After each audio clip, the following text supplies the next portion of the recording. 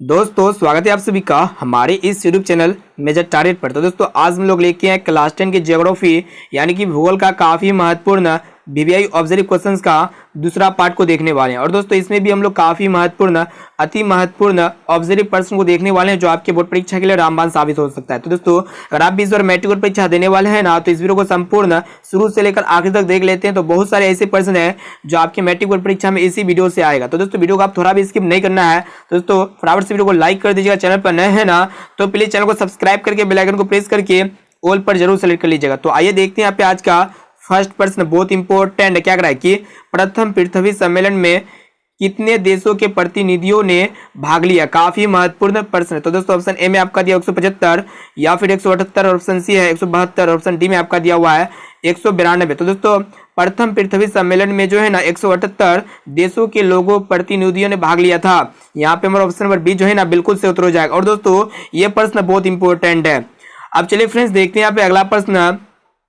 तो देखिएगा यहाँ पे 2 नंबर प्रश्न, ये भी प्रश्न काफी महत्वपूर्ण क्या कर रहा है कि संसाधन नियोजन के कितने स्तर होते हैं। तो दोस्तों ऑप्शन ए में आपका दिया 2 या फिर 3, और ऑप्शन सी है 4, और ऑप्शन डी में आपका दिया 5। तो दोस्तों संसाधन नियोजन के जो है ना 4 स्तर होते हैं। यहाँ पे हमारा ऑप्शन नंबर सी जो है ना बिल्कुल से उत्तर हो जाएगा। कितना स्तर होता है?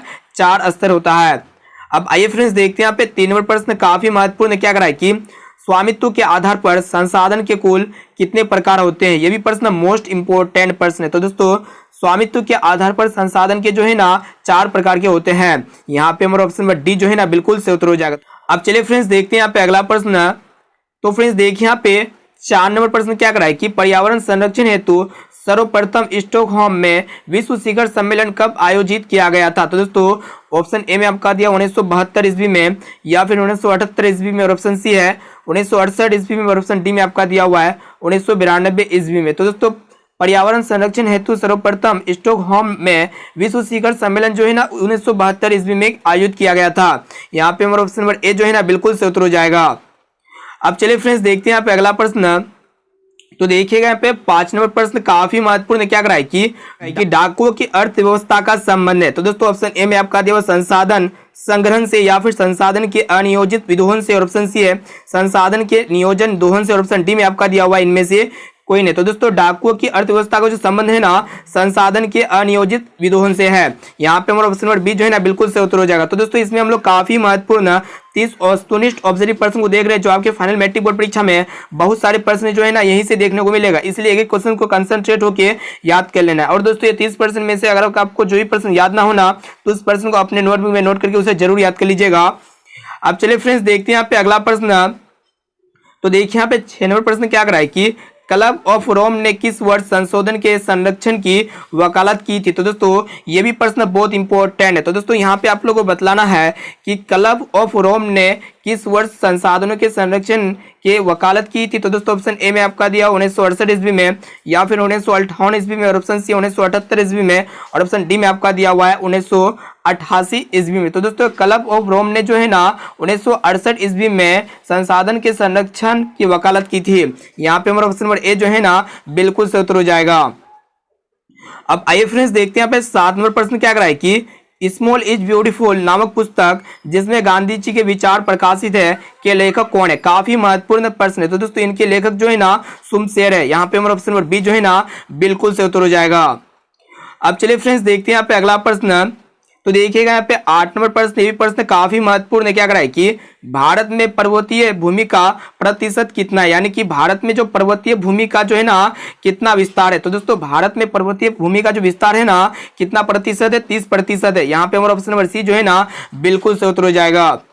अब आइए फ्रेंड्स देखते हैं यहाँ पे 9 नंबर प्रश्न काफी महत्वपूर्ण क्या कर रहा है कि देखिएगा ध्यानपूर्वक कि किस मृदा में लौह ऑक्साइड मिला हुआ होता है। काफी महत्वपूर्ण प्रश्न है। तो दोस्तों ऑप्शन ए में आपका दिया हुआ काली मृदा में, या फिर लाल मृदा में, और ऑप्शन सी है लेटराइट मृदा में, ऑप्शन डी में आपका दिया हुआ है जलोढ़ मृदा में। तो दोस्तों ये लेटराइट मृदा में जो है ना लौह ऑक्साइड की मात्रा मिला हुआ होता है। यहाँ पे हमारा ऑप्शन नंबर सी जो है ना बिल्कुल से उत्तर हो जाएगा।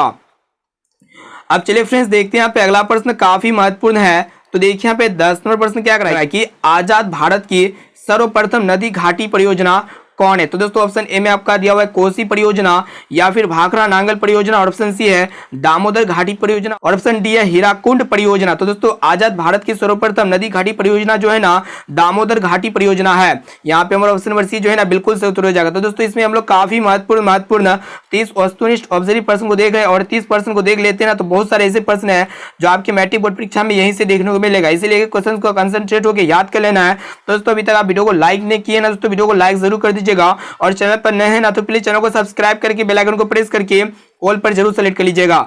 तो आइए देखते हैं यहाँ पे 11 नंबर प्रश्न क्या कर रहा है कि भारत में जल का सबसे अधिक उपयोग किस कार्य के लिए होता है? तो दोस्तों काफी महत्वपूर्ण प्रश्न है। तो दोस्तों भारत में जल का सबसे अधिक उपयोग जो है ना कृषि एवं सिंचाई के लिए होता है। यहाँ पे हमारा ऑप्शन नंबर ए जो है ना बिल्कुल सही उत्तर हो जाएगा। अब चलिए फ्रेंड्स देखते हैं यहाँ पे अगला प्रश्न काफी महत्वपूर्ण है। तो देखिए यहाँ पे क्या कर रहा है कि पृथ्वी पर स्वच्छ पेयजल कितना प्रतिशत है? तो दोस्तों पृथ्वी पर स्वच्छ पेयजल जो है ना 2.5% है। यहाँ पे हमारा ऑप्शन नंबर डी जो है ना बिल्कुल सही उत्तर हो जाएगा। और ये भी प्रश्न मोस्ट इंपोर्टेंट है, एक भी प्रश्न को आप लोग स्किप नहीं करना है, सारा प्रश्न को अच्छी तरह से याद करते हुए चलना है। अब चलिए फ्रेंड्स देखते हैं यहाँ पे अगला प्रश्न। तो देखिए यहाँ पे 13 नंबर प्रश्न क्या कर भारत में 2005 में कितने प्रतिशत भौगोलिक क्षेत्र में वन का विस्तार था? तो दोस्तों भारत में 2005 में जो है ना 19.27% भौगोलिक क्षेत्र में वन का विस्तार था। यहाँ पे हमारा ऑप्शन बी जो है ना बिल्कुल सही उत्तर हो जाएगा 19.27%। ठीक है, अब आइए फ्रेंड्स देखते हैं यहाँ पे 14 नंबर प्रश्न क्या कराए कि बिहार में कितने प्रतिशत भौगोलिक क्षेत्र में वन का फैलाव है? ये भी प्रश्न बहुत इंपॉर्टेंट है और काफी बार आपके मैट्रिक बोर्ड परीक्षा में पूछा जा चुका है। तो दोस्तों ऑप्शन ए में आपका दिया 7% या फिर 20%, और ऑप्शन सी है 15%, और ऑप्शन डी में आपका दिया 10%। तो दोस्तों बिहार में जो है ना कितने प्रतिशत भौगोलिक क्षेत्र में वन का विस्तार है? तो दोस्तों 7% जो है ना भौगोलिक क्षेत्र में वन का फैलाव है। यहाँ पे हमारा ऑप्शन नंबर ए जो है ना बिल्कुल सही उत्तर हो जाएगा। अब चलिए फ्रेंड्स देखते हैं यहाँ पे अगला प्रश्न काफी महत्वपूर्ण है। तो देखिए यहाँ पे 15 नंबर प्रश्न काफी महत्वपूर्ण है कि वर्तमान में बिहार में कितने प्रतिशत भौगोलिक क्षेत्र में वन का फैलाव है? तो दोस्तों यहाँ पे आप लोगों को बतलाने की प्रेजेंट में यानी कि वर्तमान में बिहार में कितने प्रतिशत भौगोलिक क्षेत्र में वन का फैलाव है? तो दोस्तों जो है ना 7% वन का फैलाव है। यहाँ पे हमारा ऑप्शन नंबर ए जो है ना बिल्कुल सही उत्तर हो जाएगा। अब आइए फ्रेंड्स देखते हैं यहाँ पे 16 नंबर प्रश्न क्या कराए कि किस राज्य में वन का विस्तार सबसे अधिक है? काफी महत्वपूर्ण प्रश्न है। तो दोस्तों ऑप्शन ए में आपका दिया केरल, या फिर कर्नाटक, और ऑप्शन सी मध्य प्रदेश, और ऑप्शन डी में आपका दिया उत्तर प्रदेश। तो दोस्तों आप लोगों को बतला रहे हैं कि किस राज्य में वन का विस्तार सबसे अधिक है। तो दोस्तों मध्य प्रदेश राज्य में जो है ना वन का विस्तार सबसे अधिक है। तो दोस्तों इसमें हम लोग काफी महत्वपूर्ण 30 ऑब्जर्व प्रश्न को देख रहे हैं जो आपके फाइनल मैट्रिक बोर्ड परीक्षा के लिए बहुत इंपॉर्टेंट है, इसलिए एक एक क्वेश्चन को कंसंट्रेट होकर याद कर लेना है। और दोस्तों ये 30 प्रश्न में से अगर आपको जो भी प्रश्न याद ना होना तो उस प्रश्न को अपने नोटबुक में नोट करके उसे जरूर याद कर लीजिएगा। अब चलिए फ्रेंड्स देखते हैं यहाँ पे अगला प्रश्न। तो देखिए यहाँ पे 17 नंबर प्रश्न क्या कर रहा है कि किस राज्य में वन का घनत्व तो सर्वाधिक है? तो दोस्तों ये भी प्रश्न बहुत इंपॉर्टेंट है। ऑप्शन ए में आपका दिया हुआ झारखंड, या फिर बिहार, और ऑप्शन सी है मध्य प्रदेश, और ऑप्शन डी में आपका दिया हुआ है अरुणाचल प्रदेश। तो दोस्तों अरुणाचल प्रदेश में जो है ना वन का घनत्व तो सर्वाधिक है। यहाँ पे हमारा ऑप्शन नंबर डी जो है ना बिल्कुल सही उत्तर हो जाएगा। अब चलिए फ्रेंड्स देखते हैं यहाँ पे अगला प्रश्न। तो देखिए यहाँ पे 18 नंबर प्रश्न क्या कराए कि ध्यानपूर्वक देखिएगा कि वन संरक्षण एवं प्रबंधन की दृष्टि से वनों को वर्गीकृत किया गया, यानी कि वन संरक्षण एवं प्रबंधन की दृष्टि से वनों को जो है ना कितने भागों में वर्गीकृत किया गया? तो दोस्तों 3 वर्गों में जो है ना वर्गीकृत किया गया है, इसे आप लोग को याद रखना है। यहाँ पे हमारा ऑप्शन नंबर बी जो है ना बिल्कुल सही उत्तर हो जाएगा। अब चलिए फ्रेंड्स देखते हैं यहाँ पे अगला प्रश्न। तो देखिएगा यहाँ पे 19 नंबर प्रश्न क्या कराए कि संविधान की धारा 21 का संबंध है? तो दोस्तों ये भी प्रश्न मोस्ट इंपोर्टेंट है। ऑप्शन ए में आपका दिया वन्य जीवों तथा प्राकृतिक संसाधनों के संरक्षण से, या फिर मृदा संरक्षण से, और ऑप्शन सी है जल संसाधन संरक्षण से, और ऑप्शन डी में आपका दिया हुआ है खनिज संपदा संरक्षण से। तो दोस्तों संविधान की धारा जो 21 का संबंध है ना ये किससे है? वन्य जीवों तथा प्राकृतिक संसाधनों के संरक्षण से है। यहाँ पे हमारा ऑप्शन नंबर ए जो है ना बिल्कुल करेक्ट आंसर हो जाएगा। अब चलिए फ्रेंड्स देखते हैं यहाँ पे अगला प्रश्न बहुत इंपॉर्टेंट है। तो देखिए यहाँ पे 20 नंबर प्रश्न क्या कराए कि FAO की वानिकी रिपोर्ट के अनुसार 1948 ईस्वी में विश्व में कितने हेक्टेयर भूमि का विस्तार था? तो दोस्तों यहाँ पे आप लोग को बतला रहे हैं कि विश्व में कितने भूमि वन का विस्तार था। ठीक है दोस्तों FAO वानिकी रिपोर्ट के अनुसार 1948 ईस्वी में जो है ना विश्व में 4 अरब हेक्टेयर वन का भूमि का विस्तार था, यानी कि यहाँ पे हमारा ऑप्शन नंबर बी जो है ना बिल्कुल सही उत्तर हो जाएगा। और दोस्तों ये भी प्रश्न बहुत इंपॉर्टेंट है।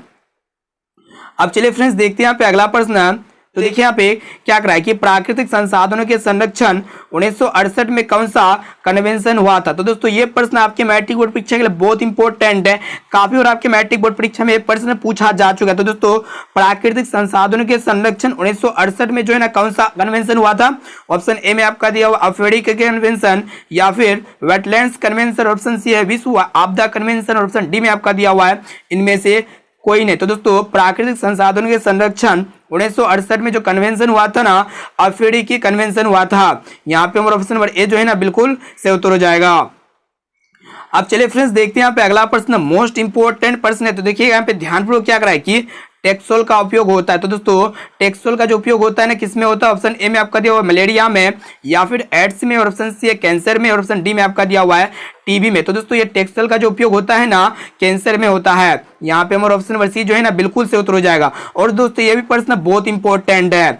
अब आइए फ्रेंड्स देखते हैं यहाँ पे 23 नंबर प्रश्न क्या कराए कि इनमें से कौन लोहयुक्त खनिज का उदाहरण है। तो दोस्तों ये भी प्रश्न बहुत इंपॉर्टेंट है। तो यहाँ पे आप लोगों को बतलाना है कि कौन जो है ना लोहयुक्त खनिज का उदाहरण है। ऑप्शन ए में आपका दिया मैंगनीज, या फिर अभ्रक, और ऑप्शन सी है बॉक्साइट, और ऑप्शन डी में आपका दिया चूना पत्थर। तो दोस्तों ये मैंगनीज जो है ना लोहयुक्त खनिज का उदाहरण है। यहाँ पे हमारा ऑप्शन नंबर ए जो है ना बिल्कुल से उत्तर हो जाएगा।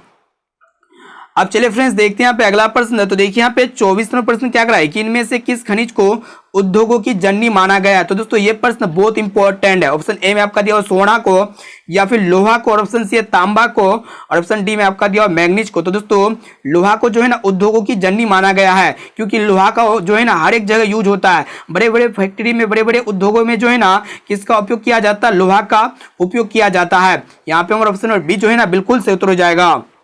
अब आइए फ्रेंड्स देखते हैं 25 नंबर प्रश्न क्या कराए कि निम्नलिखित में से कौन अधात्विक खनिज का उदाहरण है। तो दोस्तों ये भी प्रश्न बहुत इंपॉर्टेंट है और काफी बार आपके मैट्रिक बोर्ड परीक्षा में पूछा जा चुका है। तो दोस्तों ऑप्शन ए में आपका दिया सोना, या फिर अभ्रक, और ऑप्शन सी है टीन, और ऑप्शन डी में आपका दिया तांबा। तो दोस्तों अभ्रक जो होगा ना अधात्विक खनिज का उदाहरण है। यहाँ पे हमारा ऑप्शन नंबर बी जो है ना बिल्कुल से उत्तर हो जाएगा। और दोस्तों सोना हो गया, टीन हो गया, और आपका तांबा, ये तीनों जो है ना धात्विक खनिज का उदाहरण है। इसे आप लोग को याद रखना है। अब चलिए फ्रेंड्स देखते हैं यहाँ पे अगला प्रश्न बहुत इंपॉर्टेंट है। तो देखिए यहाँ पे 26 नंबर प्रश्न क्या कराए कि कौन लोह अयस्क का एक प्रकार है। तो दोस्तों ऑप्शन ए में आपका दिया हुआ लिग्नाइट, या फिर हेमेटाइट, और ऑप्शन सी बिटुमिनस, और ऑप्शन डी में आपका दिया हुआ है ये सभी। तो दोस्तों लोह अयस्क का एक प्रकार जो है ना हेमेटाइट है। यहाँ पे हमारा ऑप्शन नंबर बी जो है ना बिल्कुल सही उत्तर हो जाएगा। तो दोस्तों इसमें हम लोग काफी महत्वपूर्ण 30 वस्तुनिष्ठ ऑब्जेक्टिव प्रश्न को देख रहे हैं जो आपके आने वाले मैट्रिक परीक्षा में यहीं से बहुत सारे ऐसे प्रश्न हैं जो 100% आएगा ही आएगा। इसलिए एक क्वेश्चन को कंसंट्रेट होकर याद कर लेना है। और दोस्तों आप लोग कमेंट करके जरूर बताइएगा कि 30 प्रश्न में से पहले से आप लोगों को कितना प्रश्न याद था। और दोस्तों अभी तक आप चैनल पर नए हैं ना तो प्लीज चैनल को सब्सक्राइब करके बेल आइकन को प्रेस करके ऑल पर जरूर सेलेक्ट कर लीजिएगा। और दोस्तों वीडियो को आप जरूर लाइक कर दीजिएगा। अब आइए फ्रेंड्स देखते हैं यहाँ पे 27 नंबर प्रश्न क्या कराए कि निम्नलिखित में से कौन भारत का सबसे बड़ा लौह उत्पादक राज्य है। तो दोस्तों ये भी प्रश्न मोस्ट इंपोर्टेंट है। तो दोस्तों ऑप्शन ए में आपका दिया हुआ कर्नाटक, या फिर गोवा, ऑप्शन सी उड़ीसा, और ऑप्शन डी में आपका दिया हुआ है झारखंड। दोस्तों भारत का सबसे बड़ा लौह उत्पादक राज्य जो है ना कर्नाटक है। इसे आप लोग को याद रखना है। ऑप्शन नंबर ए जो है ना बिल्कुल से उत्तर हो जाएगा। अब चलिए फ्रेंड्स देखते हैं यहाँ पे अगला प्रश्न बहुत इंपॉर्टेंट है। तो देखिए यहाँ पे 28 नंबर प्रश्न क्या कराए कि मैग्नीज उत्पादन में भारत का विश्व में क्या स्थान है। तो दोस्तों ऑप्शन ए में आपका दिया प्रथम, या फिर द्वितीय, और ऑप्शन सी तृतीय, और ऑप्शन डी में आपका दिया चतुर्थ। तो दोस्तों मैग्नीज उत्पादन में भारत का जो विश्व में स्थान है ना तृतीय स्थान है। यहाँ पे हमारा ऑप्शन नंबर सी जो है ना बिल्कुल से उत्तर हो जाएगा। अब आइए फ्रेंड्स देखते हैं यहाँ पे 29 नंबर प्रश्न क्या कराए कि 1 टन इस्पात बनाने में कितने मैग्नीज का उपयोग होता है। काफी महत्वपूर्ण प्रश्न है। तो दोस्तों 1 टन इस्पात बनाने में जो है ना 10 kg मैग्नीज का उपयोग किया जाता है। यहाँ पे हमारा ऑप्शन नंबर बी जो है ना बिल्कुल से उत्तर हो जाएगा। अब चलिए फ्रेंड्स देखते हैं यहाँ पे आज का लास्ट प्रश्न बहुत इंपॉर्टेंट है। तो देखिएगा ध्यानपूर्वक क्या करा है कि उड़ीसा किस खनिज का सबसे बड़ा उत्पादक है। तो दोस्तों ऑप्शन ए में आपका दिया लौह अयस्क, या फिर मैग्नीज, और ऑप्शन सी है टीन, और ऑप्शन डी में आपका दिया तांबा। तो दोस्तों यहाँ पे आप लोगों को बतलाना है कि उड़ीसा जो है ना किस खनिज का सबसे बड़ा उत्पादक है। तो दोस्तों मैग्नीज खनिज का जो है ना सबसे बड़ा उत्पादक, यानी कि उड़ीसा में सबसे अधिक कौन सा खनिज का उत्पादन किया जाता है, तो मैग्नीज खनिज का उत्पादन किया जाता है। इसे आप लोग को याद रखना है। तो दोस्तों इस वीडियो में हम लोग काफी महत्वपूर्ण 30 वस्तुनिष्ठ ऑब्जेक्टिव प्रश्न को देख चुके हैं जो आपके फाइनल मैट्रिक बोर्ड परीक्षा में बहुत सारे प्रश्न यहीं से देखने को मिलेगा दोस्तों। और ये 30 प्रश्न में से अगर आपको जो भी प्रश्न याद ना हो ना तो उस प्रश्न को अपने नोटबुक में नोट करके उसे जरूर याद कर लीजिएगा। और दोस्तों आप लोग कमेंट करके जरूर बताइएगा कि ये 30 प्रश्न में से पहले से आप लोग को कितना प्रश्न याद था। इसका जवाब आप लोग कमेंट करके हमें जरूर बताइएगा। अब आइए फ्रेंड्स देखते हैं यहाँ पे आज का होमवर्क प्रश्न। जो स्पेशली आपके लिए तैयार किया गया है। देखिएगा क्या करा है कि कोयला किस प्रकार का संसाधन है। तो दोस्तों ऑप्शन ए में आपका दिया हुआ है अनवीकरणीय या फिर नवीकरणीय, ऑप्शन सी एक जैव और ऑप्शन डी में आपका दिया हुआ है अजैव। तो दोस्तों इसका जवाब जो है ना इसी वीडियो के कमेंट बॉक्स में आप लोग को बताना है कि कोयला किस प्रकार का संसाधन है। अब आइए फ्रेंड्स देखते हैं यहाँ पे। दोस्तों अभी तक आप वीडियो को लाइक नहीं किया ना, दोस्तों वीडियो को लाइक जरूर कर दीजिएगा और चैनल पर नए हैं ना तो प्लीज चैनल को सब्सक्राइब करके बेल आइकन को प्रेस करके ऑल पर जरूर सेलेक्ट कर लीजिएगा। और दोस्तों आपके साथ जितने भी इस बार मैट्रिक परीक्षा देने वाले हैं ना तो इस वीडियो को अपने दोस्तों में एक बार जरूर शेयर कीजिए। आप जो है ना इस वीडियो को अपने व्हाट्सएप ग्रुप, फेसबुक ग्रुप जो है ना चारों तरफ इस वीडियो को एक बार जरूर शेयर कीजिएगा। तो दोस्तों फिर मिलते हैं जल्द ही अगले वीडियो पे।